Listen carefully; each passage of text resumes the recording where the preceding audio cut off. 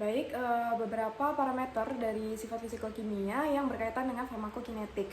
Baik, yang pertama itu adalah koefisien partisi. Koefisien partisi ini adalah suatu perbandingan konsentrasi atau konstanta perbandingan konsentrasi obat yang tidak dapat larut dalam dua fase pada kesetimbangannya. Nah, koefisien partisi ini merupakan juga suatu parameter sifat fisikokimia yang dia sangat berpengaruh atau sangat mempengaruhi farmakokinetik suatu obat, karena dia mempengaruhi bagaimana distribusi suatu obat, kemudian transportasinya, kemudian juga absorpsinya atau penyerapan suatu obat tersebut ke dalam membran atau tubuh manusia.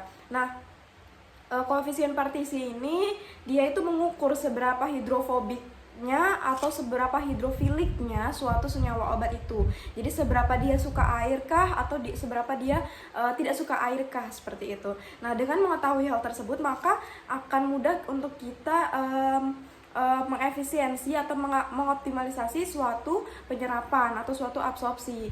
Nah, bisa kita contohkan nih, koefisien partisi ini adalah suatu anestesi umum misalnya. Nah, dengan mengetahui koefisien partisi suatu anestesi umum, maka kita bisa mengetahui seberapa mudah sih si anestesi umum ini akan mengalir dari gas menuju ke darah, seperti itu. Nah, kemudian setelah koefisien partisi yang kedua ada kelarutan. Kelarutan ini adalah suatu kecenderungan senyawa obat itu untuk melarut di dalam pelarutnya, seperti itu. Nah, kelarutan ini bisa kita sebut sebagai dua. Yang pertama ada afinitas ya, afinitas dan juga fobilitas. Kalau afinitas ini dia sukar larut, yang kalau fobilitas ini dia mudah larut. Nah, kelarutan ini itu sangat berpengaruh ya bagi kita seorang apoteker dan juga farmasi untuk mengetahui bentuk sediaan apa yang tepat untuk senyawa obat ini, karena senyawa obat yang dibuat sebagai suatu bentuk sediaan itu harus kita lihat apakah dia bisa melarut, bagaimana kelarutannya nanti ketika sudah masuk ke dalam tubuh kita. Nah, karena suatu penyerapan obat atau absorpsi obat itu haruslah suatu senyawa obat itu sudah dalam bentuk larutan. Jadi kita harus memikirkan terlebih dahulu seberapa larutnya suatu senyawa obat itu sehingga bisa melarut dan juga bisa diserap dengan baik oleh tubuh kita.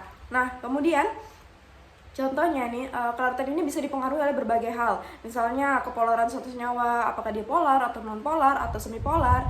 Kemudian juga ada beberapa hal lain seperti kondisi dari senyawa itu.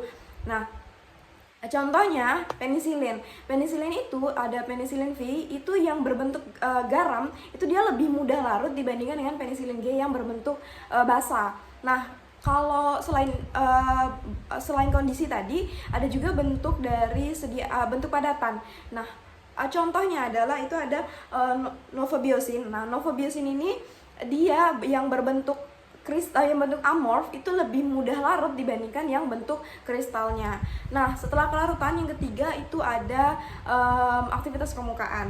Nah, kalau aktivitas permukaan ini merupakan salah satu hal yang sangat berpengaruh terhadap aktivitas biologis. Nah, jadi selain dari kemampuan senyawa obat itu untuk menembus membran, aktivitas permukaan ini juga sangat berpengaruh ke dalam sebuah aktivitas biologis. Kita contohkan sebagai surfaktan. Surfaktan ini adalah salah satu zat yang biasanya digunakan untuk mempercepat kelarutan. Nah, sehingga ketika surfaktan yang ditambahkan itu semakin banyak konsentrasinya semakin tinggi, maka tegangan permukaannya itu akan semakin menurun. Nah, ketika tegangan permukaan menurun, maka dia akan lebih mudah terionisasi. Nah, ketika suatu senyawa obat itu lebih mudah terionisasi, maka dia akan lebih sulit untuk menembus membran, sehingga proses absorpsi obat itu juga menjadi lebih sulit. Baik, terima kasih. Itu dia jawaban dari saya.